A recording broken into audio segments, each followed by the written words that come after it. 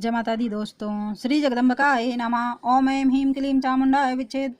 श्रीमद्देवी भागवत महापुराण तृतीय स्कंद। अतः चतुर्विंशो अध्याय। सुबाहु द्वारा भगवती दुर्गा से सदा काशी में रहने का वरदान मांगना तथा देवी का वरदान देना। सुदर्शन द्वारा देवी की स्तुति तथा देवी का उसे अयोध्या जाकर राज करने का आदेश देना। राजाओं का सुदर्शन से अनुमति लेकर अपने अपने राज्य को प्रस्थान। व्यास जी बोले, हे राजन, उन भवानी का वचन सुनकर निपश्रेष्ठ सुबाहु ने भक्ति से युक्त होकर यह बात कही। सुबाहु बोले, हे माता, एक और देवलोक तथा समस्त भूमंडल का राज और दूसरी और आपका दर्शन, वे दोनों तुल्य कभी नहीं हो सकते। आपके दर्शन से बढ़कर समस्त त्रिलोकी में कोई भी वस्तु नहीं है। हे देवी, मैं आपसे क्या वर मांगू? मैं तो इस जगतीतल में आपके दर्शन से ही कृत्य हो गया। हे माता, मैं तो यही अविष्ट वर मांगना चाहता हूँ कि आपकी स्थिति तथा अखंड भक्ति मेरे हृदय में बनी रहे। हे माता, आप मेरी नगरी काशी में सदा निवास करें। आप शक्ति स्वरूपा होकर दुर्गा देवी के नाम से यहाँ विराजमान रहें और सर्वदा नगर की रक्षा करती रहें। हे अंबिके, इस समय आपके जिस तरह शत्रु दल से सुदर्शन की रक्षा की है और उसे विकार रहित बना दिया है, उसी तरह आप सदा वाराणसी की रक्षा करें। हे देवी, हे कृपा निधे, जब तक भूलोक में काशी नगरी सुप्रतिष्ठित होकर विद्यमान रहे, तब तक आप यहाँ विराजमान रहे। आप मुझे यही वरदान दें। इसके अतिरिक्त मैं आपसे और दूसरा क्या मांगूं? आप मेरी विविध प्रकार की समस्त कामनाएं पूर्ण करें, मेरे शत्रुओं का नाश करें और जगत के सभी अमंगलों को सदा के लिए नष्ट कर डालें। व्यास जी बोले, इस प्रकार राजा सुबाहु के समय प्रार्थना करने पर दुर्गति नाशनी भगवती दुर्गा स्तुति करके अपने समक्ष खड़े राजा सुबाहु से कहने लगी। दुर्गा जी बोली, हे राजन, जब तक यह पृथ्वी रहेगी तब तक सभी लोगों की रक्षा के लिए मैं निरंतर इस मुक्तिपुरी काशी में निवास करूंगी। इसके बाद सुदर्शन बड़ी प्रसन्नता के साथ वहां आकर उन्हें प्रणाम करके परम भक्ति के साथ उनकी स्तुति करने लगे। अहो, मैं आपकी कृपा का वर्णन कहाँ तक करूं? आपने मुझ जैसी भक्तिहीन की भी रक्षा कर ली। अपने भक्तों पर तो सभी लोग अनुकंपा करते हैं, किंतु भक्ति रहित प्राणी की भी रक्षा करने का व्रत आपने ही ले रखा है। मैंने सुना है कि आप ही समस्त विश्व प्रपंच की रचना करती हैं और आप अपने द्वारा सजित उस जगत का पालन करती हैं तथा यथोचित समय उपस्थित होने पर उन्हें अपने में समाहित कर लेती है। तब आपने जो मेरी रक्षा की है उसमें कोई आश्चर्य नहीं है। हे देवी, अब यह बताएं कि मैं आपका कौन सा कार्य करूं? मैं कहाँ जाऊं? मुझे शीघ्र आदेश दीजिए। मैं इस समय किंक कर्तव्य विमूढ़ हो रहा हूँ। हे माता, मैं आपकी ही आज्ञा से जाऊंगा, ठहरूंगा या विहार करूंगा।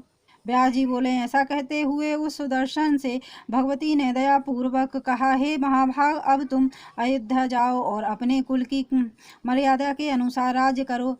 हे नृपश्रेष्ठ, तुम प्रयत्न के साथ सदा मेरा स्मरण तथा पूजन करते रहना और मैं भी तुम्हारे राज्य का सर्वदा कल्याण करती रहूंगी। अष्टमी, चतुर्थी और विशेष करके नवमी तिथि को विधि विधान से मेरी पूजा अवश्य करते रहना। हे अनग, तुम अपने नगर में मेरी प्रतिमा स्थापित करना और प्रत्यक्ष के साथ भक्ति पूर्वक तीनों समय मेरा पूजन करते रहना।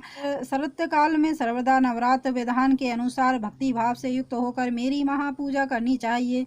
हे महाराज, चैत्र, अश्विन, आषाढ़ तथा माघ मास में नवरात्र के अवसर पर मेरा महोत्सव मनाना चाहिए और विशेष रूप से मेरी महापूजा करनी चाहिए। हे नृप्रसादुल, विज्ञजनों को चाहिए कि वे भक्ति युक्त होकर कृष्ण पक्ष की चतुर्दशी तथा अष्टमी को सदा मेरी पूजा करें। व्यास जी बोले, राजा सुदर्शन के स्तुति तथा प्रणाम करने के अनंतर ऐसा कहकर दुर्गति नाशिनी भगवती दुर्गा अनंतर ध्यान हो गई उन भगवती को अंतर्हित देखकर वहां उपस्थित सभी राजाओं ने आकर सुदर्शन को उसी प्रकार प्रणाम किया जैसे देवता इंद्र को प्रणाम करते हैं। महाराज सुबाहु भी उन्हें प्रणाम करके बड़े हर्ष पूर्वक उनके समक्ष खड़े हो गए। तदंतर उन सभी राजाओं ने अयोध्यापति सुदर्शन से कहा, हे नृपश्रेष्ठ, आप हमारे स्वामी तथा शासक हैं और हम आपके सेवक हैं। अब आप अयोध्या में राज करें और हमारा पालन करें। हे महाराज, आपकी कृपा से हमने धर्म अर्थ काम मोक्ष इन चारों पुरुषार्थ को देने वाली उन विश्वेश्वरी शिवा और आदि शक्ति भवानी का दर्शन पा लिया है। आप इस धरती पर अन्य कृत्य और बड़े पुण्यात्मा हैं, क्योंकि आपके लिए साक्षात सनातनी देवी प्रकट हुई हैं। हे नृपसत्तम, तमोगुण से युक्त और सदा माया के से मोहित रहने वाले हम सभी लोग भगवती चंडिका का प्रभाव नहीं जानते। हम सदा धन, स्त्री और पुत्रों की चिंता में व्यग्र रहकर काम क्रोध रूपी मत्स्यों से भरे घोर महासागर में डूबे रहते हैं। हे महाभाग, हे महामते, आप सर्वज्ञ है। अतएव हम आपसे यह पूछ रहे हैं कि ये शक्ति कौन है, कहाँ से उत्पन्न हुई है और इनका कैसा प्रभाव है, वह सब बताइए। साधु पुरुष बड़े दयालु होते हैं, अतएव आप हमारे लिए यह संसार सागर की नौका बन जाइए। हे काकुत्स्थस्य, अब आप भगवती के उत्तम महात्म्य का वर्णन कीजिए। हे नृपश्रेष्ठ, उनका जो प्रभाव हो, जो स्वरूप हो तथा वे कैसे प्रकट हुई हो, यह सब हम आपसे सुनना चाहते हैं, आप बताएं। व्यास जी बोले, राजाओं के यह पूछने पर ध्रुव संधि के पुत्र राजा सुदर्शन का मन ही मन भगवती का स्मरण करके हर्षपूर्वक उनसे कहने लगे। सुदर्शन बोले, हे राजाओं, उन जगदम्बा के उत्तम चरित्र को मैं क्या कहूँ, क्योंकि ब्रह्मा आदि तथा इंद्र सहित सभी देवता भी उन्हें नहीं जानते। हे राजाओं, वे भगवती सबकी आदि स्वरूपा हैं, महालक्ष्मी के रूप में प्रतिष्ठित हैं। वे वरण्य हैं और उत्तम सात्विक की शक्ति के रूप में समस्त विश्व का पालन करने में तत्पर रहती हैं।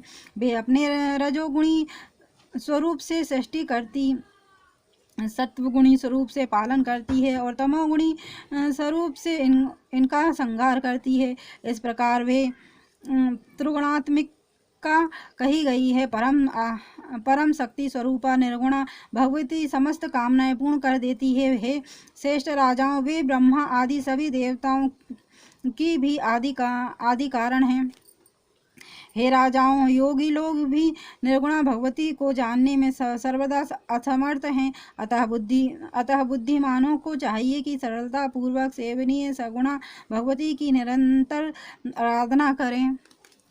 राजागण बोले, बाल्यावस्था में ही आप वनवासी हो गए थे तथा भय से व्याकुल थे, तब आपको उन उत्तम परमा शक्ति का ज्ञान कैसे प्राप्त हुआ? हे नृप, आपने उनकी उपासना और पूजा कैसे की, जिससे शीघ्रता पूर्वक प्रसन्न होकर उन्होंने आपकी सहायता की? सुदर्शन बोले, हे राजाओं, बाल्यकाल में ही मुझे उनका अतिश्रेष्ठ बीज मंत्र प्राप्त हो गया था। मैं उसी कामराज नामक बीज मंत्र का सदा जप करता हुआ भगवती का स्मरण करता रहता हूँ। ऋषियों के द्वारा उन कल्याणमयी भगवती के विषय में बताए जाने पर मैंने उन्हें जाना और तभी से मैं परम भक्ति के साथ दिन रात उन पराशक्ति का स्मरण किया करता हूँ। व्यास जी बोले, सुदर्शन का यह वचन सुनकर वे राजा भी भक्तिपरायण हो गए और उन देवी को ही परम शक्ति मानकर अपने अपने घर चले गए। सुदर्शन से अनुमति लेकर महाराज सुबाहु काशी चले गए और धर्मात्मा सुदर्शन वहां से अयोध्या की ओर चल पड़े। राजा शत्रुजित युद्ध में मारा गया और सुदर्शन विजयी हुए। यह सुनकर मंत्री लोग प्रेम से प्रफुल्लित हो उठे। राजा सुदर्शन के आगमन का समाचार सुनकर साकेत के निवासी विविध प्रकार से उपहार लेकर उनके सम्मुख उपस्थित हुए और सब राजकर्मचारिणीगण भी हाथों में नाना प्रकार की भेंट सामग्री लेकर आए। महाराज ध्रुव संधि के पुत्र सुदर्शन को राजा के रूप में जानकर अयोध्या की समस्त प्रजा आनंद विभोर हो गई। अपनी स्त्री के साथ अयोध्या में पहुंचकर सब लोगों का सम्मान करके राजा सुदर्शन राजभवन में गए। उस समय बंदी जन उनकी स्तुति कर रहे थे, मंत्रीगण उनकी वंदना कर रहे थे और कन्याएं उनके ऊपर लार्जा धान का लावा तथा पुष्प बिखेर रही थी। इति श्रीमद्देवी भागवत महापुराणे अष्टादशसहस्रस्यां संहितां तृतीयस्कन्धे सुदर्शनेन देवी महिमान वर्णनम नाम चतुर्विंशो अध्याय। और देवी भागवत की ये महिमा अगर आपको पसंद आती है तो चैनल को लाइक एंड सब्सक्राइब करें। धन्यवाद।